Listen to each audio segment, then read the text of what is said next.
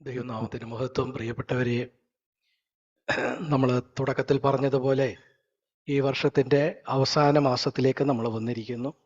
ദൈവം നമ്മളെ ഇത്രത്തോളം കൊണ്ടുവന്നല്ലോ. ദൈവസന്നിധിയിലെ ധൈര്യത്തോടെ സമാധാനത്തോടെ നമുക്കായിരിക്കാം. നമ്മൾ രാവിലെ മുതൽ തന്നെ പാട്ടുകളിലൂടെയും പ്രാർത്ഥനയിലൂടെയും ഒക്കെ പ്രിയപ്പെട്ടവർ പങ്കിട്ട അതേ ആത്മാവിൽ വേഗത്തിൽ ചില കാര്യങ്ങൾ പറഞ്ഞ് പ്രിയപ്പെട്ടവർക്ക് ഷെയർ ചെയ്യാനായിട്ട് സമയം കൊടുക്കാം എന്നാണ് കരുതുന്നത്. നമുക്ക് വളരെ പരിചിതമായ വാക്യം ഫിലിപ്പിയർക്ക് എഴുതിയ ലേഖനത്തിൽ നമ്മൾ 2-ാം അധ്യായം അതിൻ്റെ 5-ാമത്തെ വാക്യം നമുക്ക് വളരെ മനഃപ്പാഠമായിരിക്കുന്ന ഒരു വാക്യമാണ്. ക്രിസ്തുവേശുവിലുള്ള ഭാവം തന്നെ നിങ്ങളിലും ഉണ്ടായിരിക്കട്ടെ. കർത്താവായ യേശു ക്രിസ്തുവിലുള്ള ഭാവം നമ്മിലുണ്ടായിരിക്കണം എന്ന് പറയുമ്പോൾ കർത്താവ് ആരാണെന്ന് അതിനോട് ചേർത്ത് പറയുന്നുണ്ട്. അവിടെ എന്താ? അവന് അതിൻ്റെ അടുത്ത വാക്യത്തിൽ നമ്മൾ കാണുന്നത് ദാസരൂപം എടുത്തു. കർത്താവ് ദൈവരൂപത്തിൽ ഇരിക്കെ ദൈവത്തോടുള്ള സമത്വം മുറുകെ പിടിച്ചുകൊള്ളണമെന്ന് വിചാരിക്കാതെ ദാസരൂപം എടുത്തു വന്നവനാണ് നമ്മുടെ കർത്താവ്.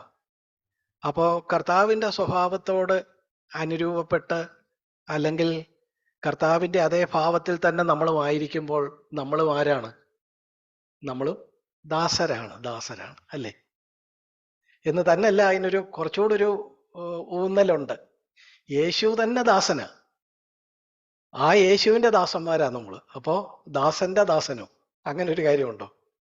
ചുരുക്കത്തിൽ എന്തായാലും നമ്മുടെ ആ ഒരു ദാസത്വത്തെ സംബന്ധിച്ച് കൂടുതൽ ഒരു ഊന്നല് നമുക്കുണ്ടാവണം.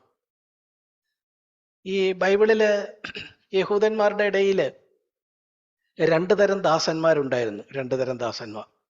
ഒരു കൂട്ടരെന്ന് പറഞ്ഞാൽ അവര് രാവിലെ വന്ന് കൂലി പറഞ്ഞൊത്ത് അന്നത്തെ ജോലി ചെയ്ത് അവസാനം കൂലി വാങ്ങിച്ച് മടങ്ങിപ്പോകുന്ന ആളുകൾ.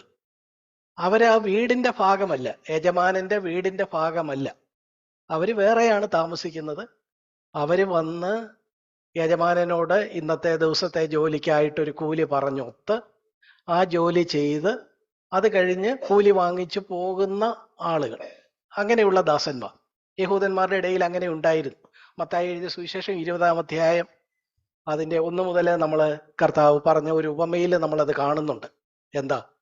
രാവിലെ 6 മണിക്ക് ചിലർ വന്നു, അവരോട് കൂലി പറഞ്ഞൊത്തു. 9 മണിക്ക് വന്നു, 12 മണിക്ക് വന്നു, 5 മണിക്ക് വന്നു. ആ കാര്യത്തിൽ നോക്കുക, അവിടെ വന്ന ആ ഭാഗം എടുത്ത് വായിക്കേണ്ട, നമുക്ക് പരിചിതമാണ്. അവിടെ വന്ന ആ കൂലിക്കാര് അല്ലെങ്കിൽ അവിടെ വന്ന ആ ദാസന്മാരെന്താ? അവര് വീട്ടിൽ വന്ന് ജോലി ചെയ്ത് മടങ്ങിപ്പോകുന്ന ദാസന്മാരാണ്.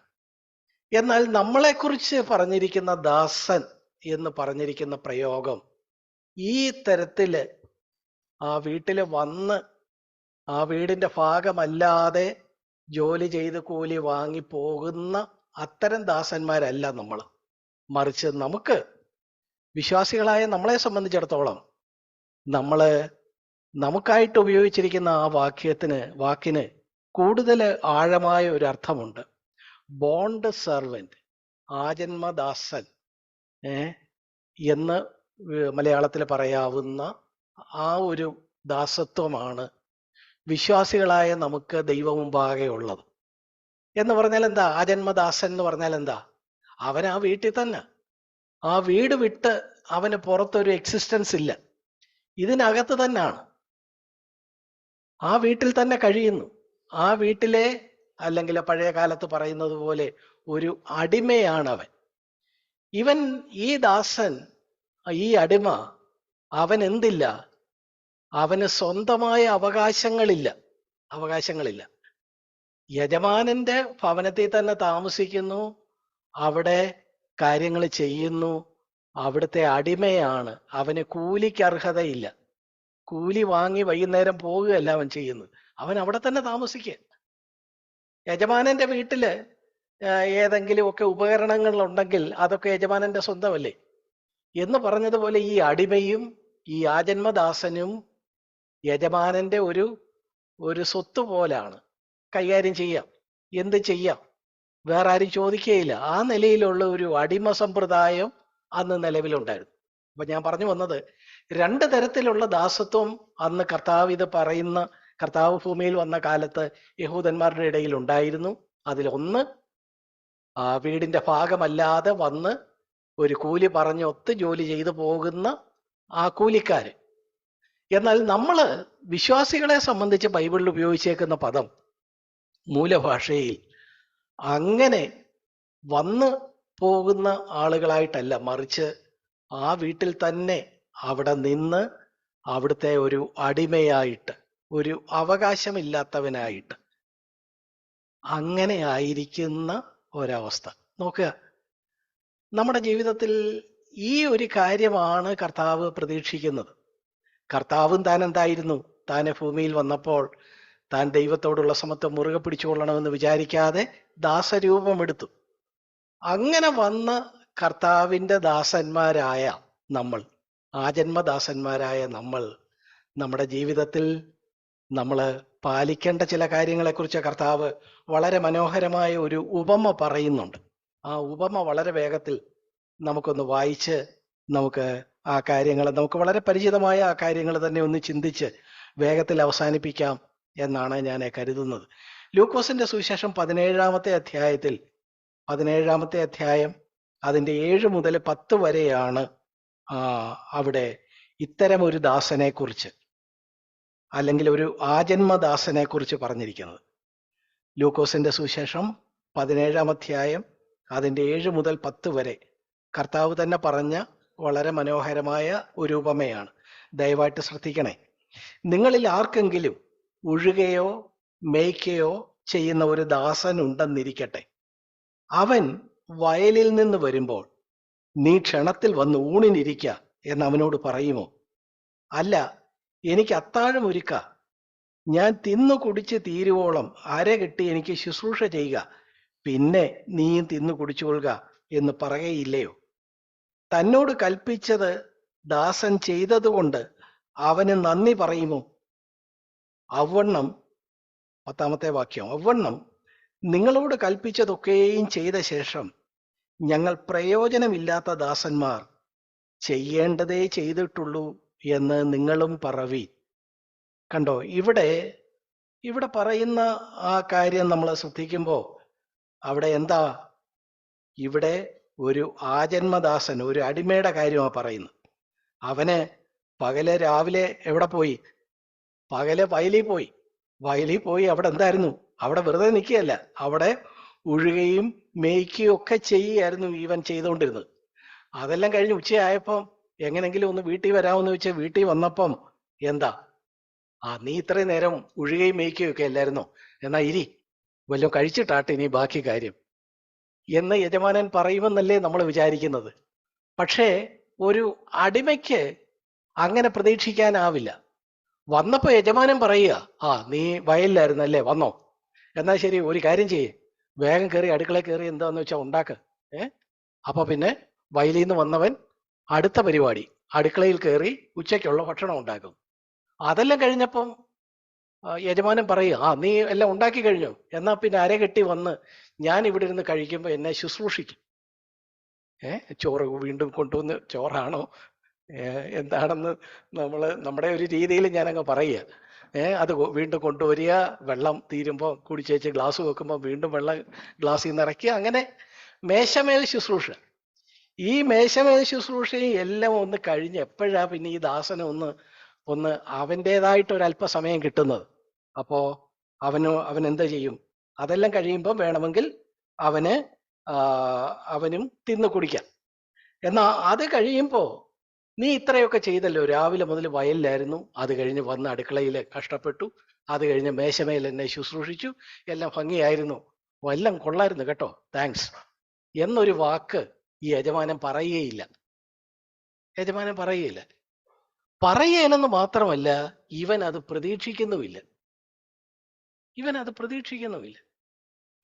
എന്നിട്ട് അതാ 10-ാമത്തെ വാക്യത്തിൽ പറയുന്നു, നമ്മളോട് പറയുക. ഇതേവരെ ഉപമയായിരുന്നു, ഇനി ഇപ്പം നമ്മളോട് നേരിട്ട് അഭിസംബോധന ചെയ്ത് പറയുകയാണ്.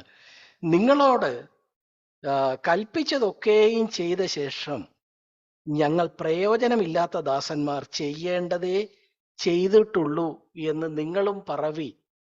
അപ്പൊ ഇത് നമുക്ക് ആപ്ലിക്കബിളായിട്ട് കർത്താവ് കൊണ്ടുവന്ന് പറഞ്ഞിരിക്കുക. ഒന്നുകിൽ നമുക്കിത് നമ്മളോടുള്ള ഉപമയായിട്ടും ഇതിൽ നിന്നൊരു സന്ദേശം നമുക്ക് എടുക്കാം, അല്ലെങ്കിൽ ഇതൊക്കെ അന്നത്തെ കാലത്തെ ഒരു കാര്യമായിരുന്നു എന്ന് പറഞ്ഞ് ഇതിനെ നമുക്ക് പ്രയോജനമില്ലാതാക്കാം. പ്രിയപ്പെട്ടവരെ, വിശ്വാസികൾ എന്നുള്ള നിലയിൽ നമുക്കതിന് സ്വാതന്ത്ര്യമില്ല. ഈ വചനം, അതിൽ നിന്ന് നമ്മൾ എടുക്കേണ്ട ചിന്ത എന്താ? ഞാൻ ഒരു ആജന്മദാസനാണ്, എനിക്ക് എൻ്റെതായ അവകാശമില്ല. ഞാൻ ഒരു പണി കഴിഞ്ഞ് അടുത്ത പണി, അടുത്ത പണി, അടുത്ത പണി, അങ്ങനെ ചിലപ്പോൾ പലത് കണ്ടിന്യൂ ചെയ്തെന്നിരിക്കും. അതെല്ലാം കഴിഞ്ഞ ശേഷവും ഒരു നന്ദി വാക്ക് കിട്ടുമെന്ന് പ്രതീക്ഷിച്ചല്ല ഞാൻ ഇതൊന്നും ചെയ്യേണ്ടത്. ഇതെല്ലാം കഴിഞ്ഞിട്ടും ഞാൻ അപ്രയോജന ഭൃത്യൻ എന്നുള്ള ഒരു അക്നോളജ്മെന്റ് നമുക്കുണ്ടായിരിക്കണം. ചെയ്യേണ്ടതേ ചെയ്തിട്ടുള്ളൂ എന്ന് പറയണം. അത് വെറുതെ പറഞ്ഞാൽ മതിയോ? ചുമ്മാതെ അവസാനം ഞാൻ ഒരു അപ്രയോജന ഭൃത്യൻ എന്ന് വെറുതെ ഉള്ളിൽ തട്ടാതെ പറഞ്ഞാൽ ശരിയാകുമോ? ഇല്ല. ദൈവം നമ്മുടെ ഹൃദയങ്ങളെ നോക്കുന്നു. അപ്പോ ഇതെല്ലാം യഥാർത്ഥത്തിൽ നമ്മിൽ നിന്ന് വരണം. ഇങ്ങനെ വരുന്നത് എളുപ്പമാണോ? ഇങ്ങനെ വരുന്നത് എളുപ്പമാണോ? ആട്ടെ, ഈ കാര്യം ഇപ്പൊ ദൈവത്തിന്റെ ദാസനായിട്ടിരിക്കുന്നു. ദൈവം രാവിലെ നമ്മളോട് പറയുന്നു, നീ ഒരു കാര്യം ചെയ്യ്, ഇന്നത് ചെയ്യ്. നമുക്കൊരു രാവിലെ ഒരു സ്വപ്നം ഉണ്ടായി. ദൈവം സ്വപ്നത്തിൽ വന്നിട്ട് പറയാ, നീ ഇന്നത് ചെയ്യ്, ഉടനെ അത് ചെയ്തു. അത് കഴിഞ്ഞപ്പോൾ ദൈവം പറയാ, മറ്റേത് ചെയ്യ്, ഉടനെ അത് ചെയ്തു. ദൈവം വീണ്ടും നമുക്ക് പ്രത്യക്ഷമായി അത് പറയുക, അത് ചെയ്യാം. കാര്യം ദൈവത്തിനോട് നേരിട്ടാണ് നമ്മൾ ആൻസറബിൾ. ദൈവം നമ്മളോട് പറഞ്ഞതനുസരിച്ച് അതിൻ്റെ അകത്തൊരു സന്തോഷമുണ്ട്. പക്ഷേ നിങ്ങളിൽ ആരെങ്കിലും, ഇവിടെ ഇരിക്കുന്ന ആരെങ്കിലും ഇത്രയും നാൾ ക്രിസ്തീയ ജീവിതത്തിനിടയിൽ ഒരു ദിവസം രാവിലെ ദൈവം നിങ്ങൾക്ക് ദർശനത്തിൽ പ്രത്യക്ഷപ്പെട്ട്, മോനെ നീ സ്കൂട്ടർ എടുത്ത് അവിടെ പോയി ഇന്നത് ചെയ്യ് എന്ന് പറഞ്ഞിട്ടുണ്ടോ? പിന്നെങ്ങനെയാണിത് ദൈവം പറയുന്നത് ചെയ്യുക എന്ന് പറഞ്ഞ്, എന്നിട്ട് അതിൻ്റെ അകത്തൊരു ഉള്ളിലൊരു വിഷമമില്ലാതെ, നന്ദി പ്രതീക്ഷിക്കാതെ, ഞാൻ ഇപ്പോഴും ഇത്രയെല്ലാം ഭംഗിയായിട്ടാണ് അവൻ ചെയ്തത്, അവനെല്ലാം ഭംഗിയായിട്ടാണ് ചെയ്തത്. വയലിൽ ചെയ്തതും അടുക്കളയിൽ ചെയ്തതും മേശമേൽ ചെയ്തതും ഒന്നും ഒരു കുറ്റം പറയാനില്ല. എന്നിട്ടും അവൻ സ്വയം നോക്കി ഞാൻ അപ്രയോജന ഭൃത്യൻ എന്നുള്ളിൽ നിന്ന് പറയുകയും വേണം. ഇതെങ്ങനെയാ നടക്കാൻ ഒക്കുന്നത്? ഇത് പ്രായോഗികമാണോ? പ്രിയപ്പെട്ടവരെ, എന്താ ഇതിൻ്റെ അകത്ത്? ഞാൻ പറഞ്ഞതുപോലെ ദൈവത്തെ നേരിട്ട് കണ്ടിരുന്നെങ്കിൽ പിന്നെയും നമുക്കൊരു സന്തോഷം ഉണ്ടായിരുന്നു, ദൈവം പറഞ്ഞു തരണമല്ലോ. എന്നാൽ ദൈവം അങ്ങനെ പറയുന്നില്ല. ദൈവം പറയാതെ എങ്ങനെയാണ് ഈ കാര്യങ്ങൾ? നമുക്ക് അതിനെക്കുറിച്ച് വെളിച്ചം വീശുന്ന ഒരു വാക്യം നമുക്ക് നോക്കാം. 2 കൊരിന്ത്യർ അതിൻ്റെ 4-ാമത്തെ അധ്യായം 5-ാമത്തെ വാക്യം ഞാനിങ്ങനെ വായിക്കുന്നു. ഞങ്ങളെ തന്നെയല്ല, പൗലോസ് പറയുക, കൊരിന്ത്യർക്ക് ലേഖനം എഴുതുമ്പോൾ 2 കൊരിന്ത്യർ 4:5 ഇങ്ങനെ പറയുന്നു,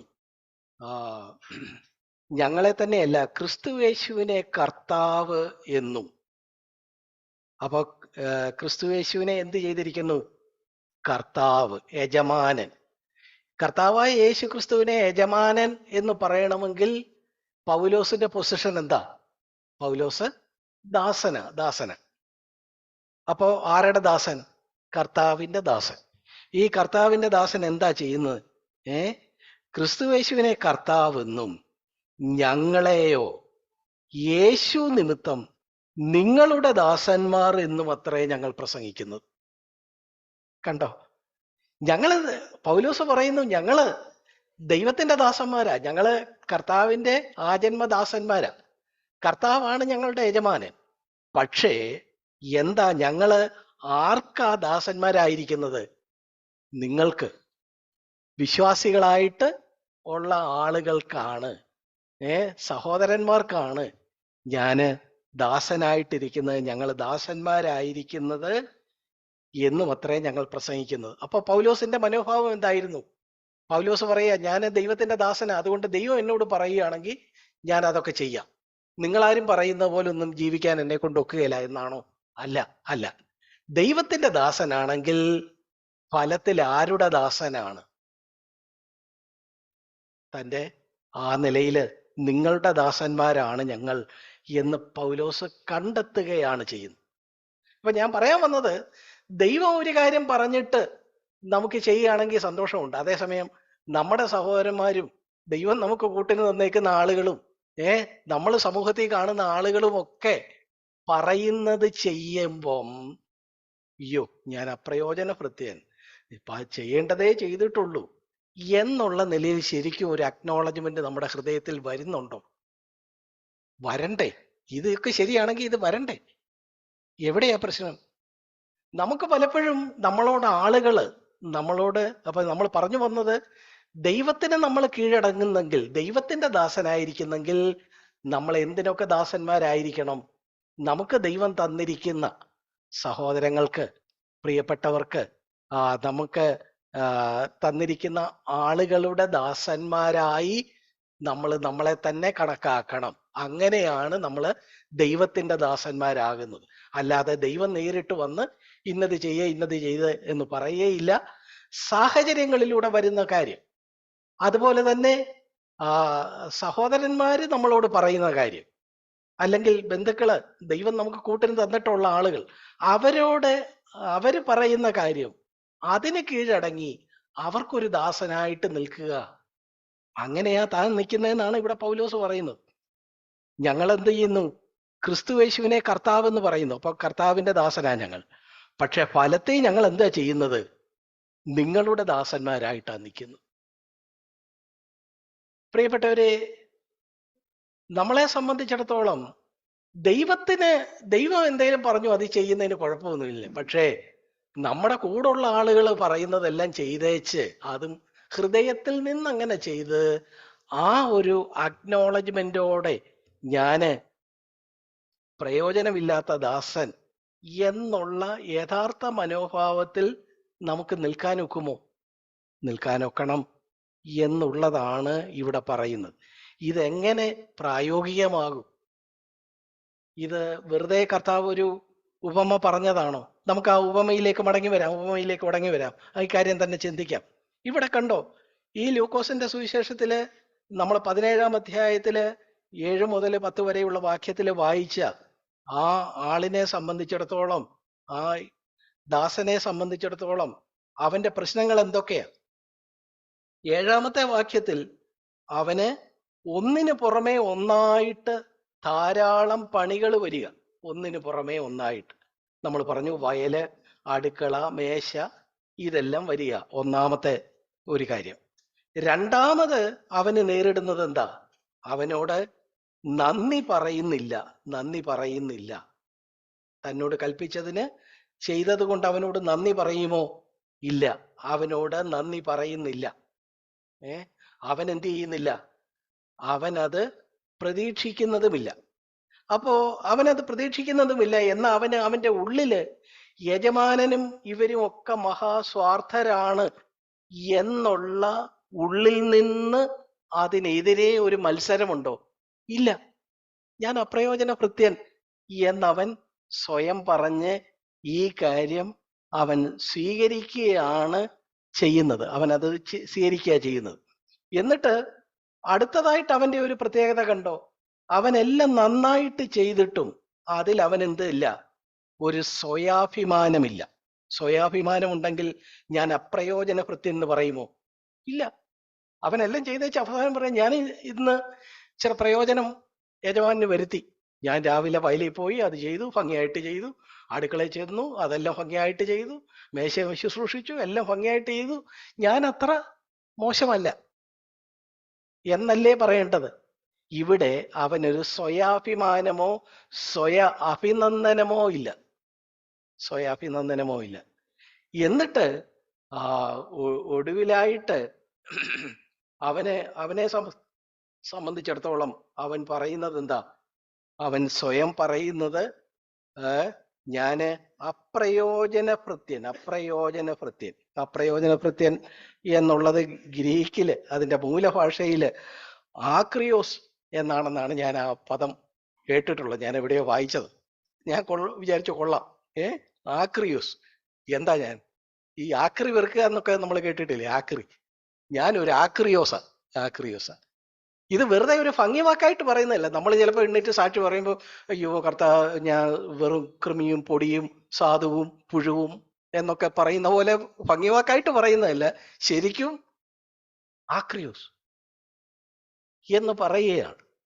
ഏ എന്നിട്ട് ഒടുവിലായിട്ട് അവൻ പറയുന്നത് ചെയ്യേണ്ടതേ ചെയ്തിട്ടുള്ളൂ എന്നുള്ള ഒരു ഏറ്റുപറച്ചിലും അവൻ നടത്തുകയാണ്. പ്രിയപ്പെട്ടവരെ, ഇവന്റെ ഈ പ്രത്യേകതകള് സാധാരണ ഒരു മനുഷ്യനെ സംബന്ധിച്ചിടത്തോളം, ജീവനുള്ള ഒരു പച്ച മനുഷ്യനെ സംബന്ധിച്ചിടത്തോളം അവൻ ഈ നിലയിൽ പെരുമാറാൻ ഒക്കുമോ? ഒന്നിനു പുറമെ ഒന്നായിട്ട് ഒട്ടേറെ പണികൾ പറയുമ്പോഴും ഉള്ളിൽ നിന്ന് അതിനെതിരെ ഒരു മത്സരമില്ല. അതെല്ലാം ഭംഗിയായിട്ട് ചെയ്യുന്നു. അതുപോലെ എല്ലാം നന്നായിട്ട് ചെയ്തിട്ടും ഒരു നന്ദി വാക്ക് അവൻ പ്രതീക്ഷിക്കുന്നില്ല, അവനോട് ആരും അത് പറയുന്നില്ല. ഇങ്ങനെ ഒട്ടേറെ പണികൾ തന്നെ ഏൽപ്പിച്ച യജമാനെതിരെ ഉള്ളിൽ നിന്ന് ഒരു മത്സരമില്ല. എല്ലാം നന്നായിട്ട് ചെയ്തിട്ടും ഒരു സ്വയാഭിനന്ദനമോ അതിൻ്റെ അകത്ത് ഒരു സ്വയപുകഴ്ചയോ ഇല്ല. അതുപോലെ തന്നെ ഞാൻ ചെയ്യേണ്ടത് മാത്രമേ ചെയ്തിട്ടുള്ളൂ എന്ന് യഥാർത്ഥത്തിൽ തന്നെ പറയുന്നു. ഇത്രയുമാണ് ഇവന്റെ പ്രത്യേകത. ഈ ഇത്രയും പ്രത്യേകതകൾ ഉണ്ടാകണമെങ്കിൽ എന്താണ് ഇവന് വേണ്ടത്? ഇവന് ഞാൻ വളരെ വേഗത്തിൽ ഞാൻ തന്നെ മറുപടി പറയാം. അവന് അവൻ്റെതായിട്ടുള്ള ആ നിലയില് തൻ്റെ തന്നെ ഒരു സ്വയത്തിലുള്ള ഒരു സ്വയബലം തകർന്ന ഒരാൾക്ക് മാത്രമേ ഇങ്ങനെ ജീവിക്കാനൊക്കെയുള്ളൂ. ഈ അടിമയുടെ കാര്യം നോക്കുക. അവനൊരു പ്രതീക്ഷയില്ല. അവൻ ആ വീട്ടിലാണ്, ചെറുപ്പത്തിലേ ആ വീട്ടിൽ വന്നതായിരിക്കും. ആ യജമാനൻ, നല്ല യജമാനന്മാര് ചിലര് കാണും, അല്ലാത്തവര് കാണും. പക്ഷേ ഇവനെ സംബന്ധിച്ചിടത്തോളം ഇവനോട് ഈ യജമാനൻ ഇങ്ങനെ പെരുമാറുന്നത്. നമ്മൾ കർത്താവ് പറഞ്ഞ ഉപമയില് വേറെ ചില യജമാനന്മാരുടെ കാര്യങ്ങൾ നമ്മൾ കാണുന്നുണ്ട്. നമ്മൾ ഒരു യജമാനൻ എന്താ, താൻ വന്നപ്പോ തന്നെ ശുശ്രൂഷിച്ച, തനിക്ക് വേണ്ടി കാത്തു നിന്ന ആ അടിമയെ എന്ത് ചെയ്തു? അടിമയെ ഇരുത്തി താന് യജമാനൻ തന്നെ ശുശ്രൂഷിക്കുന്നത്. അങ്ങനെ ഒരു ഭാഗം നമ്മൾ കാണുന്നുണ്ടല്ലോ ലൂക്കോസിന്റെ സുവിശേഷം 12-ാം അധ്യായം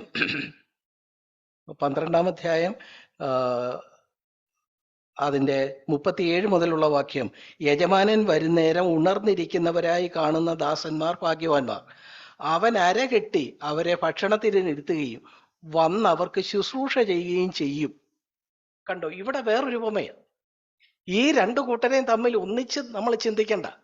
ഇത് വേറെ ചിലരോട് ദൈവം പെരുമാറുന്നത് അങ്ങനെ. എന്താ, താൻ വന്നപ്പം ഇവര് വളരെ നന്നായിട്ടിരിക്കുന്നു, അതുകൊണ്ട് ഈ ദാസനോട് പറഞ്ഞു, നീ ഇത്രയും നേരം കഷ്ടപ്പെടല്ലോ, നീ അവിടെ ഇരി എന്ന് പറഞ്ഞിരുന്നേച്ച് യജമാനൻ തന്നെ അരകെട്ടി അവന് ശുശ്രൂഷ ചെയ്തു. നമ്മൾ നോക്കുമ്പോൾ നമ്മൾ പലപ്പോഴും നമ്മുടെ കൂട്ടത്തിൽ തന്നെ മറ്റ് ചിലർക്ക് ദൈവം ഒട്ടേറെ കാര്യങ്ങൾ, ഗുണങ്ങളൊക്കെ ചെയ്യുന്ന പോലെ നമുക്ക് തോന്നും. അതൊന്നും നമ്മളോട് ചെയ്യുന്നില്ല. നമ്മളോടൊരു നീതി പ്രവർത്തിക്കുന്നതായിട്ട് തോന്നാതെ വേണം ഒന്നിനു പുറമെ ഒന്നൊന്നായിട്ട് ഓരോ കാര്യങ്ങൾ നമ്മൾ ചെയ്തതിനെ സ്വീകരിക്കാത്തതുപോലെ ഇങ്ങനെയൊക്കെ ആയിട്ടും നമ്മൾ എന്ത് വേണം? നമ്മൾ ഈ കാര്യത്തിൽ മറ്റേ ആളിനോട് നമ്മൾ താരതമ്യം ചെയ്യണ്ട. അത് വേറൊരു ഉപമ. അവരെ കൈകാര്യം ചെയ്യുന്നത് യജമാനറിയാം. ഏതായാലും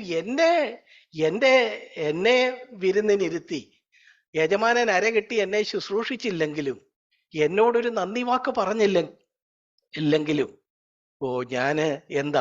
ഞാൻ എൻ്റെ പൊസിഷനിൽ നിൽക്കും. അവിടെ ഞാന് നന്ദിയോടെ, സ്നേഹത്തോടെ, പരാതിയില്ലാതെ, പിറുപിറുപ്പില്ലാതെ യജമാനന് വേണ്ടി നിൽക്കും. അത് യജമാനന് വേണ്ടി നിൽക്കുമെന്ന് പറഞ്ഞപ്പോൾ നമ്മൾ എന്താ പറഞ്ഞത്? യജമാനന് വേണ്ടി നിൽക്കും, ദാസനായി നിൽക്കുമെന്ന് പറയുമ്പോൾ ഫലത്തിൽ നമ്മളെ സംബന്ധിച്ചിടത്തോളം നമുക്ക് മറ്റു മനുഷ്യരുടെ ദാസന്മാരായിട്ടാണ് നിൽക്കേണ്ടതായിട്ട് പലപ്പോഴും വരുന്നത്. അവര് പറയുമ്പോൾ അത് ഏറ്റെടുക്കാൻ കുറച്ചുകൂടെ പ്രയാസമാണ്. പ്രിയപ്പെട്ടവരെ, ഈ നിലയിൽ ഒരാളായിട്ട് നമ്മൾ നിൽക്കണമെന്നുണ്ടെങ്കിൽ ദൈവം നമ്മിൽ നിന്ന് എന്താ ആ നിലയിൽ പ്രതീക്ഷിക്കുന്നെങ്കിൽ അത് കൊടുക്കാൻ നമുക്ക് എങ്ങനെ കഴിയുള്ളൂ? നമ്മുടെ സ്വയബലത്തിൽ ഒരു തകർച്ചയുണ്ടായാലേ നടക്കുകയുള്ളൂ. സ്വയബലത്തിൽ ഒരു തകർച്ച ഉണ്ടായാലേ, നമ്മുടെ അവകാശങ്ങളെ കുറിച്ചൊരു ബോധമില്ലാതെ. ഇന്ന് നോക്കുക, ഈ ലോകത്തുള്ള ആദാമ്യകുലത്തിൽ ജനിച്ച മുഴുവൻ പേരും അവരവരുടെ അവകാശങ്ങളെ കുറിച്ച് നല്ല ബോധവാന്മാരാ, അല്ലേ? ഏത് ആളിനെ നോക്കിയാലും, ചെറിയ ആളായാലും എല്ലാം അയാളെക്കുറിച്ച്, അയാളുടെ അവകാശങ്ങളെക്കുറിച്ച് ബോധവാനാണ്. ഇവിടെയോ, ഇവിടെ ഈ കാണുന്ന ഈ ദാസൻ, ഈ ആജന്മദാസൻ, ഈ കെട്ടപ്പെട്ട അടിമ, ഈ ബോണ്ട് സർവന്റ്, അവൻ എന്തില്ല, അവന് അങ്ങനെ തന്നെ കുറിച്ച് തന്നെ ആ നിലയിൽ ഒരു ബലമില്ല. ആ ബലം തകർന്നു പോയി. നമ്മൾ അങ്ങനെ ജീവിക്കാനായിട്ടാണ് ദൈവം നമ്മളിൽ നിന്ന് ആഗ്രഹിക്കുന്നതെന്ന് പറയുമ്പോൾ നമ്മൾ ഈ കാര്യത്തെ നമ്മുടെ നിത്യജീവിതത്തിൽ എത്രത്തോളം വർക്കൗട്ട് ചെയ്യണം. പലപ്പോഴും ദൈവം നേരിട്ട് വരികയില്ല, സാഹചര്യങ്ങളിലൂടെയാണ് അവിടുന്ന് ഇടപെടുന്നത്. ആളുകളിലൂടെ ഇടപെടുന്നത്. അന്നേരം അതിന് കീഴടങ്ങുന്നത് ഈ സ്വയബലത്തിലുള്ള ആളുകളെ സംബന്ധിച്ചിടത്തോളം പ്രയാസം. നമ്മൾ നോക്കുക, ഒരു സാഹചര്യം, ഒരു ഡോക്ടറെ കാണാൻ നമ്മൾ അപ്പോയിന്റ്മെന്റ് എടുത്തു.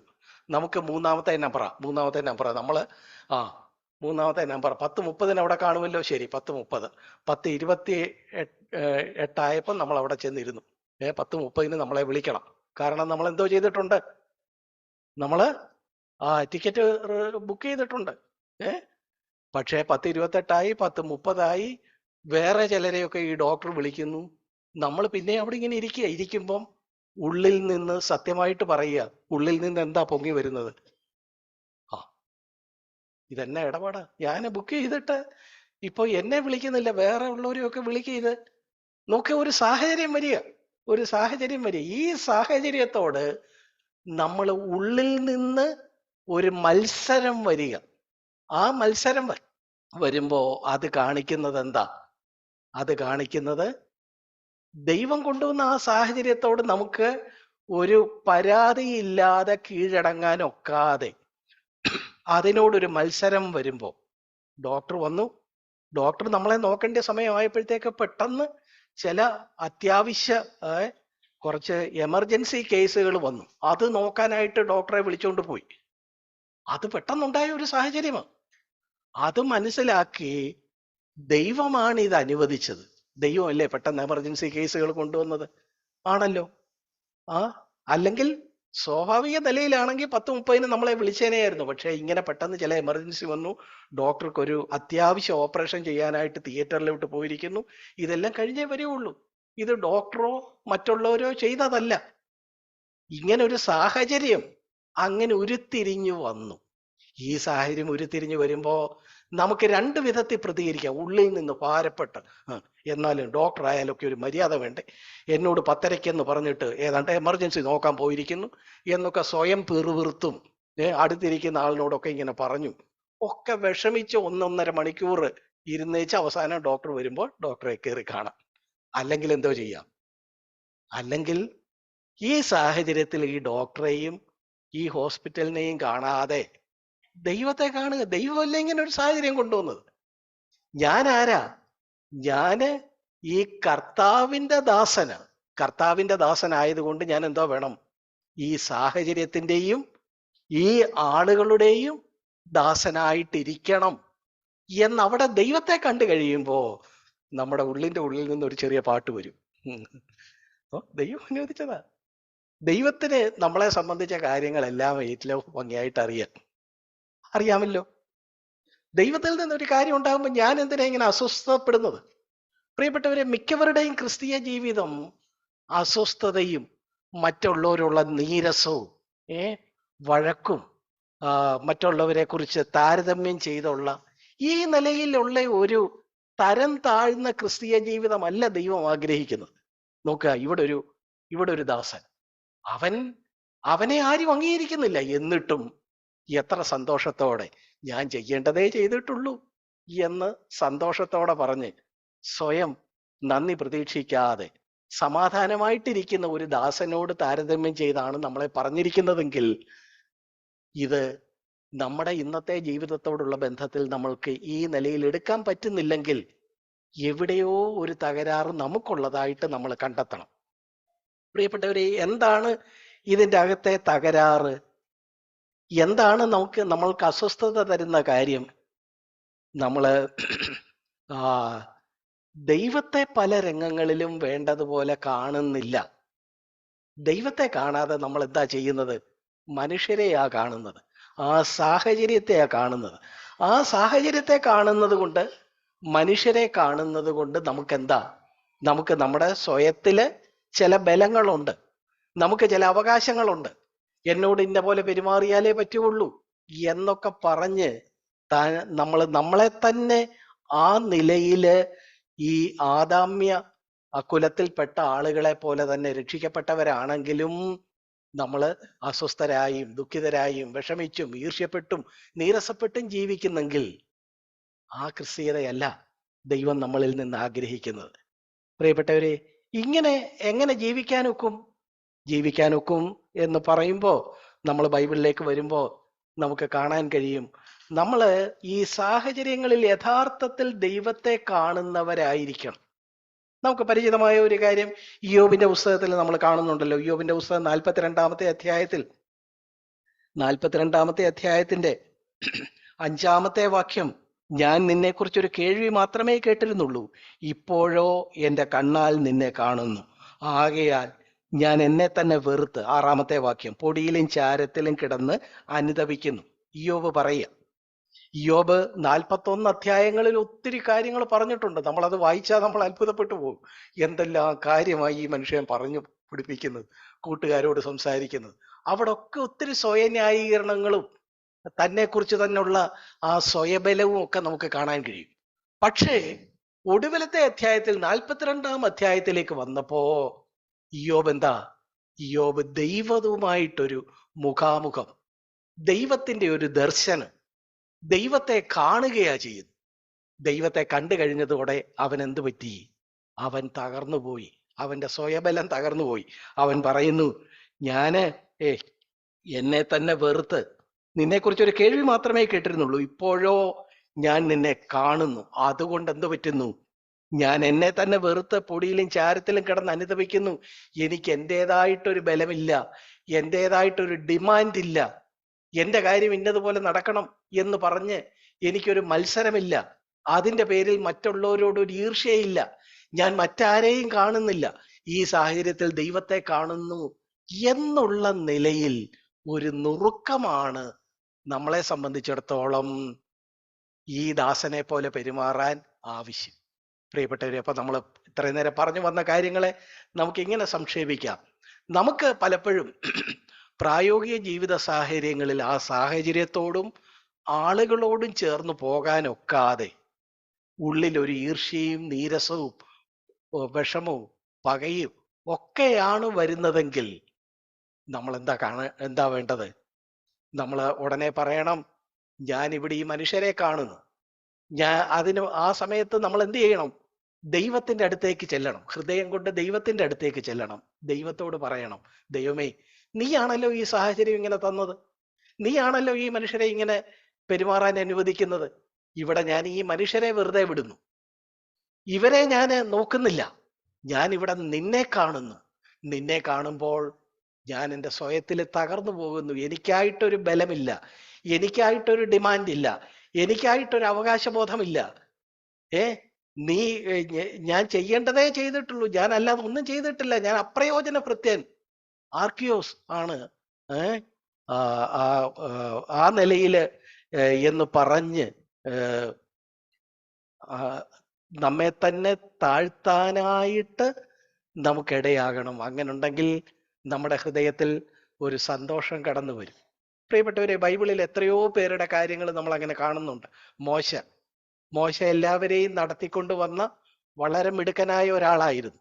എന്നാൽ ഈ മിടുക്കനായ മോശയെ സംബന്ധിച്ചിടത്തോളം പുറപ്പാട് പുസ്തകം 33:20 നമ്മൾ കാണുന്നു, അവന് ദൈവവുമായിട്ടൊരു മുഖാമുഖം ഉണ്ടായി കഴിഞ്ഞപ്പോ, ദൈവത്തെ കാണേണ്ടതുപോലെ കണ്ടു കഴിഞ്ഞപ്പോ അവന് സ്വന്തം അവകാശത്തെക്കുറിച്ചൊരു ബോധമില്ല. അവൻ ലോകത്തിലെ ഏറ്റവും അതിസൗമ്യൻ എന്നാണ് സംഖ്യാപുസ്തകം 12:3 നമ്മൾ കാണുന്നത്. അവിടെ സ്വന്തം ആളുകൾ, സ്വന്തം പെങ്ങളും സ്വന്തക്കാര് മോശയ്ക്കെതിരെ പറയുമ്പോൾ മോശ മിരിയാമിനെയോ ഈ പെങ്ങളെയോ സഹോദരനെയോ ഇവരെ ആരെയല്ല കാണുന്നത്, മറിച്ച് ആരെയാ കാണുന്നത്? അവൻ അതിസൗമ്യനാകയാൽ അവൻ മുഖം പൊടിയിൽ വെച്ച് അങ്ങനെ ആയിരിക്കുന്നു. ഞാൻ പറഞ്ഞു വന്നത്, ഈ പഴയ നിയമ ഭൃത്യന്മാർ പുതിയ നിയമത്തിലേക്ക് വരുമ്പോഴോ പൗലോസ് എത്രയോ ലേഖനങ്ങൾ എഴുതിയ ആളാണ്, എത്രയോ ദൈവിക വചനത്തെക്കുറിച്ച് ബോധ്യമുള്ള ആളാണ്. പക്ഷെ അങ്ങനെയുള്ള പൗലോസ് താൻ എന്താ പറയുന്നത്? താൻ പറയുന്നു, ഞാന് കർത്താവിന്റെ ദാസനാണ്. അതുകൊണ്ട് നിങ്ങളുടെയും ദാസനാണ്. ഞാനൊരു ഇവിടെ ഇപ്പോ പറഞ്ഞതുപോലെ അപ്രയോജന ഭൃത്യൻ എന്ന് പറഞ്ഞതുപോലെ എന്നിൽ തന്നെ ഒരു നന്മയും വസിക്കുന്നില്ല. നമ്മൾ റോമർക്ക് എഴുതിയ ലേഖനം 7-ാം അധ്യായത്തിന്റെ 24-ാം വാക്യത്തിലെ പൗലോസിന്റെ ഏറ്റുപറച്ചിൽ നമ്മൾ കാണുന്നല്ലോ, ഞാന് അരിഷ്ട മനുഷ്യൻ. അത് വെറുതെ ഒരു ഭംഗി വാക്ക് പറഞ്ഞതാണോ? നമ്മൾ മുമ്പേ പറഞ്ഞതുപോലെ അല്ല. ഉള്ളിൽ നിന്ന് തന്നെ അങ്ങനെ വാങ്ങണമെന്നുണ്ടെങ്കിൽ എന്ത് വേണം? ദൈവത്തെ കാണണം. ദൈവത്തെ നമ്മുടെ സാഹചര്യങ്ങളിൽ നമുക്ക് തന്നിട്ടുള്ള ആളുകളിൽ നമ്മൾ ദൈവത്തെ കാണുകയും അവിടെ ദൈവസന്നിധിയില് താഴ്മയോടെ, ഒരു സ്വയബോധമില്ലാതെ, ഒരു ഡിമാൻഡ് ഇല്ലാതെ, മറ്റുള്ളവരെ കുറിച്ചൊരു പരാതിയില്ലാതെ സന്തോഷകരമായ ഒരു പ്രായോഗിക ക്രിസ്തീയ ജീവിതം നയിക്കാനാണ് ദൈവം നമ്മളെ കുറിച്ച് ആഗ്രഹിക്കുന്നത്. അതിന് വളരെ താഴെ നിന്നുകൊണ്ട് ആഴ്ചയിൽ ഒരിക്കൽ മീറ്റിങ്ങിന് വന്ന് കൈയടിച്ചാൽ മാത്രം കാര്യങ്ങൾ നടക്കുമോ? ഇല്ല. ദൈവം നമ്മളെക്കുറിച്ച് ഇതാണ് ആഗ്രഹിക്കുന്നത്. ആട്ടെ, ഇതെങ്ങനെ നടക്കും? പ്രായോഗിക ജീവിത സാഹചര്യങ്ങളിൽ നമുക്ക് ഉള്ളിൽ നിന്ന് ആ പരാതി വരുമ്പോൾ നമ്മൾ അവിടെ നിർത്തുക, ദൈവത്തെ നോക്കുക, ദൈവത്തെങ്കിലേക്ക് മുഖം ഉയർത്തുക. ദൈവത്തെ കണ്ടു കഴിയുമ്പോൾ ഇയ്യോബ് പറയുന്ന പോലെ, ഞാൻ എന്നെ തന്നെ വെറുത്ത് എന്റെ അവകാശം നോ എന്ന് പറയത്തക്കവണ്ണം, അങ്ങനെ ഒരു നുറുക്കത്തിലേക്ക് കൂടെ പോകത്തക്കവണ്ണം ഈ വഴി, ഇതാണ് ക്രൂശിന്റെ വഴി എന്ന് പറയുന്നത്. ക്രൂശിന്റെ മാർഗം എന്ന് പറയുന്നത് ഈ മാർഗമാണ്. പ്രിയപ്പെട്ടവരെ, ഇത് നാളെ കഴിയും തോറും കൂടുതൽ നമ്മുടെ ജീവിതത്തില് യാഥാർത്ഥ്യമാകാൻ ഇടയാകട്ടെ എന്ന് ഞാൻ പ്രാർത്ഥിക്കുന്നു. ഞാനിത് പറയുമ്പോൾ മാറി നിന്ന് പറയുന്ന ഒരാളെ പോലെയല്ല. ഞാൻ ജീവിതത്തിലെ കൂടുതൽ ഈ വഴിയിൽ, ഈ ക്രൂശിന്റെ വഴിയിൽ മുന്നോട്ട് പോകാൻ ഞാനും ആഗ്രഹിക്കുന്നു. നമ്മളെ എല്ലാവരെയും ദൈവം അതിനായിട്ടാണ് വിളിച്ചിരിക്കുന്നത്. പ്രിയപ്പെട്ടവരെ, നമ്മൾ പലപ്പോഴും ഇത് ഇത്രയും പറഞ്ഞ് അവസാനിപ്പിക്കുമ്പോൾ നമ്മൾ വിചാരിക്കുന്നത് ഇതൊരു നല്ല തിയറിയൊക്കെയാ. ബ്രദർ പറഞ്ഞതൊക്കെ കൊള്ളാം, നല്ലൊരു തിയറി. ഇത് വല്ലതും പ്രാക്ടിക്കലാണ്. നമ്മൾ ബസ്സേ കയറി നമ്മൾ ഇരിക്കാൻ തുടങ്ങിയപ്പോൾ വേറെ 2 പേര് വന്നവിടെ ഇരുന്നു. നമ്മളവിടെ നിൽക്കുക. ഉടനെ ദൈവത്തെ കണ്ട് പാട്ടും പാടി നിൽക്കാൻ ഒക്കൂ? ഇത് വല്ലതും നടക്കുന്ന കാര്യമാണോ? ചുമ്മാ പുൾപിറ്റി വന്ന് നിന്ന് പ്രസംഗിക്കാൻ എളുപ്പമോ? ഞങ്ങൾ ആ ബ്രദറെ നിത്യജീവിത യാഥാർത്ഥ്യങ്ങളുമായിട്ട് ബന്ധപ്പെടുന്നത്, ബ്രദറിന് ഇതൊക്കെ പറഞ്ഞ് ഇതിലെ നടന്ന മുണ്ട് കൊടുത്ത് ഇതിലെ നടന്നാ മതി എന്നല്ലേ നിങ്ങൾ ഉള്ളിൽ നിന്ന് പറയുന്നത്? എന്താ ഇതിന്റെ മാർഗം? പ്രിയപ്പെട്ടവരെ, നമ്മളെല്ലാവരും ഒരേ വഴിയിലൂടെയാണ് പോകുന്നത്. ഒന്നുകിൽ ഈ ബൈബിള് പറയുന്ന ഈ കാര്യങ്ങൾ ശരിയാണ്. കർത്താവ് പറഞ്ഞ ഈ ഉപമ നോക്കുക. അവന്, ആ ദാസനെ സംബന്ധിച്ചിടത്തോളം, അവൻ ശരിക്കും അവൻ തന്നെ നോക്കിയിട്ട് ഞാൻ ചെയ്യേണ്ടതേ ചെയ്തിട്ടുള്ളൂ, ഞാൻ അപ്രയോജന ഭൃത്യൻ എന്ന് പറഞ്ഞ് ആ നിലയില് തനിക്ക് വന്ന ആ സാഹചര്യത്തെ, തന്നോടുള്ള പെരുമാറ്റത്തെ എല്ലാം സ്വീകരിച്ച് സമാധാനത്തോടെ ആയിരിക്കുന്ന അങ്ങനെ ഒരു ദാസനാകണം. ഇത് പറയുമ്പം നമുക്ക് മാതൃകയായിട്ട് തന്ന യേശു അങ്ങനെ ആയിരുന്നില്ലേ? തനിക്ക് വന്ന ഏതെങ്കിലും ഒരു സാഹചര്യത്തിൽ മറ്റൊരാളുടെ നേരെ വിരൽ ചൂണ്ടുകയും ആ ആളിനെ കുറ്റപ്പെടുത്തുകയും ആയിരുന്നില്ല. ഇത് പിതാവ് എനിക്ക് തന്ന പാനപാത്രം എന്നുള്ള നിലയിൽ ഓരോ രംഗത്തും പിതാവിലേക്ക് നോക്കി അതിനെ അക്സെപ്റ്റ് ചെയ്യാൻ കഴിയും. അങ്ങനെയുള്ള യേശുവിൻ്റെ ദാസനാണ്, അടിമയാണ് നമ്മളെങ്കിൽ, പ്രിയപ്പെട്ടവരെ, ഈ വഴിയാണ് നമ്മുടെയും മാർഗം. ഈ വഴിയിലൂടെ നമ്മൾ മുന്നോട്ട് പോകണം. ഇതിന് വിരുദ്ധമായിട്ട് വരുന്ന കാര്യങ്ങളെ നമ്മുടേതായ അവകാശവാദത്തിൻ്റെതായിട്ടും നമ്മുടേതായ ഡിമാൻഡുകളുടെയും ഒക്കെ പല കാര്യങ്ങൾ വരുമ്പോൾ നമ്മൾ അതിനെ എന്ത് വേണം?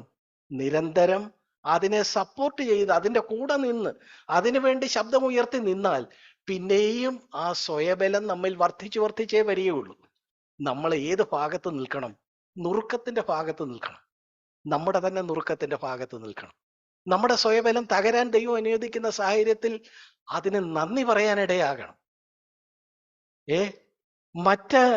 ഇങ്ങനെ ഒരു സാഹചര്യത്തിൽ നമ്മുടെ ഉള്ളിൽ നിന്ന് തന്നെ ചില കാര്യങ്ങൾ പൊങ്ങി വരുന്നത് കാണുമ്പോൾ ആ പൊങ്ങി വരുന്ന കാര്യങ്ങളെ നമ്മൾ ദൈവസന്നിധിയിൽ ക്രൂശിൽ കൊണ്ടുവന്ന് അതിന് അതിൽ നിന്ന് ദൈവസന്നിധിയിൽ തന്നെ നമ്മൾ അതിനെ ക്രൂശിനെ ഏൽപ്പിച്ച് അങ്ങനെ മുന്നോട്ട് പോകുമ്പം ക്രമേണ ക്രമേണ എന്ത് പറ്റും? നമ്മുടെ ഈ സ്വയബലത്തിന്റെ ആ നിലയിലുള്ള ഡിമാൻഡുകൾ അയഞ്ഞയഞ്ഞയഞ്ഞു വരും. നമ്മൾ പലപ്പോഴും അങ്ങനെയല്ല. നമ്മുടെ പ്രശ്നം എന്താന്ന് വെച്ചാൽ നമ്മുടെ ഉള്ളിൽ നിന്ന് പൊങ്ങി വരുന്ന ഈ നിലയിൽ മറ്റുള്ളവർക്കെതിരെയുള്ള ഈർഷ്യ അല്ലെങ്കിൽ നീരസം, ഇതൊക്കെ പൊങ്ങി വരുമ്പോ നമ്മൾ പലപ്പോഴും അവരെയാ കാണുന്നത്. എന്നാൽ യഥാർത്ഥത്തിൽ നമ്മൾ ശത്രുക്കളായിട്ട് കാണേണ്ടത് ഏതാ? ഈ വചനമനുസരിച്ച് അല്ലെങ്കിൽ ഈ വഴി അനുസരിച്ച് ഈ ക്രൂശിന്റെ മാർഗം അനുസരിച്ച് നമ്മുടെ തന്നെ നീരസത്തോടും നമ്മുടെ തന്നെ ഈർഷ്യയോടും നമ്മുടെ തന്നെ കയ്പിനോടുമാണ് നമ്മൾ ഗൗരവമായിട്ട് ഇടപെടേണ്ടത്. ഞാൻ ചെറുപ്പത്തിൽ 19 വർഷം മുമ്പ് 50 വർഷമെങ്കിലും 55 വർഷമെങ്കിലും ആയി കാണും. പണ്ട് കാലത്ത് ഈ ക്രിസ്തീയ ലോകത്ത് ഒരു ട്രാക്റ്റ് ഉണ്ടായിരുന്നു. ഇപ്പോഴാ ട്രാക്റ്റ് ഉണ്ടോ എന്ന് എനിക്ക് അറിഞ്ഞുകൂടാ. നമ്മൾ ഈയിടെ ഒരു മനോഹരമായ ഒരു ചെറിയ ബുക്ക്ലെറ്റ് പോലെ ഒരു ട്രാക്റ്റ് അടിച്ചു. അത് കണ്ടപ്പോൾ ഞാൻ ആ പഴയ ട്രാക്റ്റ് ഓർത്തുപോയി. തമ്പിയുടെ ഹൃദയം എന്നാണ് ആ ട്രാക്റ്റ്. ആ ട്രാക്റ്റ് നിങ്ങൾ ആരെങ്കിലും പഴയ ആളുകളൊക്കെ കണ്ടിട്ടുണ്ടാവും. തമ്പിയുടെ ഹൃദയം. അത് കൊച്ചുകുട്ടി എന്നുള്ള നിലയിൽ ഞാൻ വായിച്ചുകൊണ്ട് നടന്നത് ഞാൻ ഓർക്കുന്നുണ്ട്. അതിൻ്റെ അകത്തെ കാര്യങ്ങളൊന്നുമല്ല എനിക്ക് താല്പര്യമായിട്ട് തോന്നിയത്. അതിൻ്റെ അകത്തെ ചില പടങ്ങളൊക്കെ 7, 8, 9 വയസ്സൊക്കെയുള്ള കാലത്ത് ഈ തമ്പിയുടെ ഹൃദയം എന്ന ട്രാക്റ്റ്, അതിൻ്റെ അകത്ത് എന്താ? അതിൻ്റെ അകത്ത് പറയുന്നത് ഇതാണ്. വളരെ മനോഹരമായ ഒരു ട്രാക്റ്റാണ്, ഒരു സുവിശേഷ പ്രതിയാണ്. അതിൻ്റെ അകത്ത് പറയുന്നത് നമ്മുടെ ഹൃദയത്തിലെ ഈ തമ്പിയുടെ ഹൃദയത്തിൽ പലതരത്തിലുള്ള പ്രശ്നങ്ങളുണ്ടായിരുന്നു. ഈർഷ്യ ഉണ്ടായിരുന്നു, മറ്റുള്ളവരോടുള്ള ദേഷ്യം ഉണ്ടായിരുന്നു, കയ്പുണ്ടായിരുന്നു. ഇതിനെയൊക്കെ ഓരോ മൃഗത്തോട് സാദൃശ്യപ്പെടുത്തിയാ പറഞ്ഞേക്കുന്നത്. ഓരോ മൃഗം എന്ന് വെച്ചാൽ സൂത്രം നമ്മുടെ ഈ തമ്പിയുടെ ഉള്ളിലുള്ള മറ്റുള്ളവർക്കെതിരെയുള്ള കയ്പ് പകയോ ഒക്കെ വരുമ്പം അതിനെ പുലിയോട് ചേർത്താ പറയുന്നത്. പുലി. ഇവന്റെ തന്നെ സൂത്രപരിപാടികള് ഒക്കെ എന്തിനോട് ചേർത്താ പറയുന്നത്? കുറുക്കനോട് ചേർത്താ പറയുന്നത്. ഇവന്റെ സ്വയനികളത്തെ എന്തിനോട് ചേർത്താ പറയുന്നത്? പീലി വിടർത്തി ആടുന്ന ഒരു മയിലിനോട് ചേർത്താ പറയുന്നത്. അപ്പോ നോക്കുക, തമ്പിയുടെ ഹൃദയത്തിൽ എന്തൊക്കെയുണ്ട്? മയിലുണ്ട്, കടുവായുണ്ട്, പുലിയുണ്ട്, സിംഹമുണ്ട്, ആനയുണ്ട്. പക സൂക്ഷിക്കുന്നതാണ് ആനപ്പക എന്ന് കേട്ടിട്ടുണ്ടല്ലോ. അപ്പോ അങ്ങനെയുള്ള മനുഷ്യ ഹൃദയത്തിലെ പല തിന്മകളെ പല മൃഗങ്ങളോട് ചേർത്ത് പറഞ്ഞിട്ടുള്ള ഒരു ട്രാക്റ്റ് ആയിരുന്നു തമ്പിയുടെ ഹൃദയം എന്ന് പറഞ്ഞത്. ഞാനിപ്പോ പറയാൻ വരുന്നത്, പ്രിയപ്പെട്ടവരെ, പലപ്പോഴും നമ്മുടെ ഹൃദയത്തില് പല സാഹചര്യങ്ങളില് ഉയർന്നു വരുന്ന ഈ ഈർഷ്യയും പിണക്കത്തെയും മറ്റുള്ളവർക്കെതിരെയുള്ള മത്സരത്തെയും ഒക്കെ ഓരോ മൃഗത്തോട് താരതമ്യപ്പെടുത്തി ചിന്തിക്കാൻ നോക്കൂ. ഈടാ, ഞാൻ വിചാരിച്ച എൻ്റെ ഹൃദയം വളരെ നല്ല ഹൃദയമായിരുന്നു. അതേണ്ട അതിൻ്റെ അകത്തൊരു കുറുക്കൻ ഉറങ്ങിക്കിടക്കുന്നു. അതിൻ്റെ അകത്താണ്ട് മയിൽ പീലി വിടർത്തി സ്വന്തം പീലിയൊക്കെ കണ്ട് സന്തോഷിച്ച് നൃത്തം ചെയ്യുന്ന ഒരു മയിൽ അതിൻ്റെ അകത്തുണ്ട്. മറ്റുള്ളവരോട് ദേഷ്യപ്പെട്ട് പാവപ്പെട്ടവരുടെ പുറത്ത് ചാടി വീഴുന്ന ഒരു സിംഹം അതിൻ്റെ അകത്തുണ്ട്. ഇതിനെയൊക്കെ കാണണം നമ്മുടെ ഉള്ളിൽ, എന്നിട്ട് അതിനെ കൈകാര്യം ചെയ്യണം. പലപ്പോഴും വേദപണ്ഡിതന്മാർ പറയാറുള്ള ഒരു ഉദാഹരണം, പണ്ട് കേരളക്കരയിലൊക്കെ ഉണ്ടായിരുന്ന, കേരളത്തിലെ തിരുവിതാംകൂറും കൊച്ചിയിലും ഒക്കെ പണ്ട് രാജഭരണം ഉണ്ടായിരുന്ന കാലത്ത് തിരുവിതാംകൂർ കൊച്ചി രാജാക്കന്മാരൊക്കെ അങ്ങനെ ഒത്തിരി നാളൊക്കെ ജോലി അവർ അരമനയിലിരുന്ന് എല്ലാ കാര്യങ്ങളും നോക്കിയൊക്കെ കഴിയുമ്പം അവരൊരു ഔട്ടിങ്ങിന് പോകാൻ താല്പര്യപ്പെടും. അന്നത്തെ ഔട്ടിങ് എവിടാ? നമ്മൾ ഇന്ന് ചെയ്യുന്ന പോലെയല്ല. അവരൊരു വേട്ടയ്ക്ക് പോകും. വേട്ടയ്ക്ക് ഇറങ്ങുമ്പോഴാണ് രാജാവ് എൻജോയ് ചെയ്യുന്നത്. അപ്പൊ ഈ രാജാവ് വേട്ടയ്ക്ക് ഈ ശബരിമല ആ ഭാഗങ്ങളൊക്കെ കാടുകളിലൊക്കെ വേട്ടയ്ക്കായിട്ട് ചെല്ലുമ്പം, വേട്ടയ്ക്ക് രാവിലെ മുതൽ പോകുമ്പം എന്താ ഈ രാജാവിന്റെ ആഗ്രഹം? ഈ കാട്ടിലൊക്കെ ഒത്തിരി മൃഗങ്ങളുണ്ട്. പുലിയുണ്ട്, ആനയുണ്ട്, കടുവായുണ്ട്, കുറുക്കനുണ്ട്. ഇതിനെയൊക്കെ വേട്ടയാടി അതിനെ കൊല്ലണം, അതിനെ വെടിവെച്ച് കൊല്ലണം. കുറച്ചുകൂടെ കഴിഞ്ഞ് തോക്കൊക്കെ വന്നു കഴിഞ്ഞപ്പം വെടിവെച്ച് കൊല്ലണം. അപ്പം 10 കുറുക്കനെ വെടിവെച്ച് കൊന്നു കഴിഞ്ഞപ്പോൾ രാജാവിനൊരു സന്തോഷം. കണ്ടോ, ഇത്തവണത്തെ വേട്ട വളരെ മനോഹരമായിരുന്നു. ഇത്ര എണ്ണത്തെ കൊല്ലാൻ പറ്റി. പക്ഷേ രാജാവ് വരുമ്പോ കുറുക്കനെല്ലാം വെടി കൊള്ളാനായിട്ട് തയ്യാറായി അവിടെ നിൽക്കുകയാണ്. അല്ല, കുറുക്കനും ഈ മൃഗങ്ങളെല്ലാം കാടുകളിൽ ഒളിച്ചാ നിൽക്കുന്നത്. രാജാവിന് രാവിലെ മുതൽ വൈകുന്നവരെ ഇതിന്റെ പുറകെ നടക്കാനൊട്ട് സമയവും ഇല്ല. അതുകൊണ്ട് രാജാവ് എന്തോ ചെയ്യും, കൂടെ വരുമ്പോ വേട്ടയ്ക്കായിട്ട് വരുമ്പോ കുറച്ച് ചെണ്ടക്കാരെ കൂടെ കൊണ്ടുവരും. ചെണ്ടക്കാര് അതാരാ? രാജാവിന്റെ തന്നെ ആളുകളാ. ആ ചെണ്ടക്കാര് കാടിന്റെ പല ഭാഗങ്ങളിൽ നിന്ന് ചെണ്ട കൊട്ടും. ചെണ്ട കൊട്ടുമ്പോ ഈ മൃഗങ്ങളൊക്കെ ഒളിച്ചൊക്കെ ഇരിക്കുന്ന, അല്ലെങ്കിൽ ചെടികളുടെ മറവിലിരിക്കുന്ന, ഗുഹയിലിരിക്കുന്ന ഈ മൃഗങ്ങളൊക്കെ പേടിച്ച് അവരെ എന്ത് ചെയ്യും? പുറത്ത് ചാടും. പുറത്ത് ചാടുമ്പോൾ രാജാവിന് വളരെ എളുപ്പമാണ് ഇതിനെ വെടിവെക്കാൻ എളുപ്പമാണ്. 2-3 മണിക്കൂർ കൊണ്ട് കുറേയേറെ മൃഗങ്ങളെ കൊല്ലാൻ കഴിയും. ഈ കൊല്ലാൻ കഴിയുന്നത് എന്തുകൊണ്ടാ കൊല്ലാൻ കഴിയുന്നത്? ഈ ചെണ്ടക്കാര് ചെണ്ടയടിച്ചത് കൊണ്ടാ. ഇപ്പൊ ഇങ്ങനെ ചിന്തിക്കുക, ഈ രാജാവ് അവിടെ ഇരിക്കുമ്പോ കുറെ ചെണ്ടക്കാര് ചെണ്ട കൊട്ടുന്നു. ഓ, ചെണ്ട ചുമ്മാതെ എന്തോ ഒരു ബഹളം, എന്തോ ഒരു ശല്യം എന്ന് പറഞ്ഞെന്നാ ദേഷ്യപ്പെട്ട് ഈ ചെണ്ടക്കാരെയാണോ രാജാവ് വെടിവെക്കുന്നത്? അങ്ങനെ നിങ്ങൾ കേട്ടിട്ടുണ്ടോ? ഇല്ല, ചെണ്ടക്കാരെ വെടിവെക്കുകയല്ല. ചെണ്ട കൊട്ടിയത് കൊണ്ട് പുറത്ത് ചാടിയ മൃഗങ്ങളെയാ വെടിവെക്കുന്നത്. ഞാൻ കഥയിൽ നിന്ന് നിങ്ങൾക്ക് കാര്യം മനസ്സിലായി എന്ന് ഞാൻ കരുതുന്നു. പ്രിയപ്പെട്ടവരെ, നമ്മളോട് മോശമായിട്ട് പെരുമാറുന്ന, നമ്മളോട് മാന്യമായി പെരുമാറാഞ്ഞ, നമ്മളെ കൊച്ചാക്കിയ ആളുകളാണ് ചെണ്ടക്കാര്. അവര് ചെണ്ട കൊട്ടിയപ്പം പുറത്ത് ചാടിയ നമ്മുടെ നീരസം, നമ്മുടെ ദേഷ്യം, നമ്മുടെ പക, ഇതിനെയാണ് വെടിവെക്കേണ്ടത്. നമ്മൾ പലപ്പോഴും എന്താ ചെയ്യുന്നത്? നമ്മൾ ചെണ്ടക്കാരെ വെടിവെക്കാനാ പോകുന്നു. ഞാൻ പറഞ്ഞത് വ്യക്തമായോ എന്ന് ഞാൻ കരുതുന്നു. പ്രിയപ്പെട്ടവരെ, സാഹചര്യങ്ങളിലൂടെ ചിലപ്പോ നമ്മുടെ ഹൃദയത്തിൽ ഒരു ഈർഷ്യ വരുന്നു. ഈ ഈർഷ്യ കൊണ്ടുവരാൻ കാര്യം നമ്മൾക്ക് കിട്ടേണ്ട ഒരു സ്ഥാനം മറ്റേ ആള് എടുത്തത് കൊണ്ടാണ്. അപ്പൊ ആ ആളിനെയാണ് നമ്മൾ ശത്രുവായിട്ട് കാണുന്നത്. പക്ഷെ സത്യത്തിൽ അയാൾ എന്താണ്? അയാൾ ചെണ്ട കൊട്ടിയതേ ഉള്ളൂ. നമ്മുടെ ഹൃദയത്തിൽ എന്തുണ്ടായിരുന്നു? ഈ ആളുകളോടുള്ള നീരസം ഉണ്ടായിരുന്നു. അത് കാണാൻ അത് അന്നേരം പുറത്ത് ചാടി. പുറത്ത് ചാടിയപ്പോ നമ്മൾ എന്തോ വേണം? ഈ പുറത്ത് ചാടിയ ഈ കുറുക്കനെ വെടിവെക്കണം, പുറത്ത് ചാടിയ ഈ സിംഹത്തെ വെടിവെക്കണം. അതല്ലേ ശരിയായ നായാട്ട്? അല്ലാതെ ചെണ്ടക്കാരെ വെടിവെക്കുന്നതാണോ? അല്ല, അല്ല. നമ്മൾ പലപ്പോഴും നേരെ തിരിച്ചാണ്. നമുക്ക് ചെണ്ട കൊട്ടുന്നു എന്ന് തോന്നുന്ന ഈ ആളുകളെ, നമ്മളെ ശല്യപ്പെടുത്തുന്നെന്ന് തോന്നുന്ന ആളുകളെയാണ് നമ്മൾ ശത്രുക്കളായിട്ട് കാണുന്നത്. ഈ ആളുകളെ അല്ല ശത്രുക്കളായിട്ട് കാണേണ്ടത്. മറിച്ച് നമ്മുടെ ഹൃദയത്തിൽ തന്നെ, തമ്പിയുടെ ഹൃദയത്തിൽ ഉണ്ടായിരുന്ന ആ പല മൃഗങ്ങൾ, നമുക്കും പലപ്പോഴും ഇവിടെ മീറ്റിങ്ങിന് വന്നിരിക്കുന്നു, പാട്ട് പാടാൻ പറയുമ്പോഴൊക്കെ നമുക്കിതൊന്നും കാണുകയില്ല. എന്നാൽ പ്രായോഗിക ജീവിത സാഹചര്യത്തിൽ വരുമ്പോ നമ്മൾ വിചാരിച്ച അത്രയും എന്തല്ല, നമ്മൾ വിശുദ്ധിയിൽ വന്നിട്ടില്ല. നമുക്കിപ്പോഴും ആളുകളോട് പലരോട് ദേഷ്യമുണ്ട്, പല കാര്യങ്ങള് നമുക്ക് നീരസങ്ങളുണ്ട്, നമുക്ക് നമ്മുടേതായ നിഗളങ്ങളുണ്ട്. ഇതിനെയാണ് ലക്ഷ്യം വെക്കേണ്ടത്. അല്ലാതെ ഇതിനെ ചെണ്ട കൊട്ടി പുറത്ത് ചാടിച്ച ആളുകളെയല്ല ശത്രുക്കളായിട്ട് നമ്മൾ കാണേണ്ടത് എന്ന കാര്യം നമ്മൾ ഓർക്കണം. പ്രിയപ്പെട്ടവരെ, ഞാനിപ്പോ പറഞ്ഞു വന്ന കാര്യങ്ങളെ ഇങ്ങനെ സംക്ഷേപിക്കാം. നമ്മുടെ ജീവിതത്തെ സംബന്ധിച്ചിടത്തോളം നമ്മൾ ഒരു ആജന്മദാസനായിട്ട്, ഒരു ബോണ്ട് സെർവന്റ് ആയിട്ട് നാം ആയിരിക്കണം.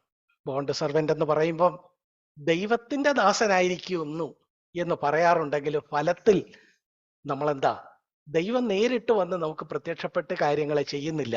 ആളുകളിലൂടെ, സാഹചര്യങ്ങളിലൂടെയാണ് അവിടുന്ന് പെരുമാറുന്നത്. ആ സാഹചര്യത്തിൽ ആളുകളിൽ നിന്ന് നമ്മുടെ തന്നെ ജീവിതത്തിലെ, നമ്മുടെ തന്നെ ഹൃദയത്തിലെ ഈ നിലയിലുള്ള കയ്പിനെയും നീരസത്തെയും കാണാനും അതിനെ കൈകാര്യം ചെയ്യാനും അത് നമ്മുടെ ഒരു ശീലമാകണം.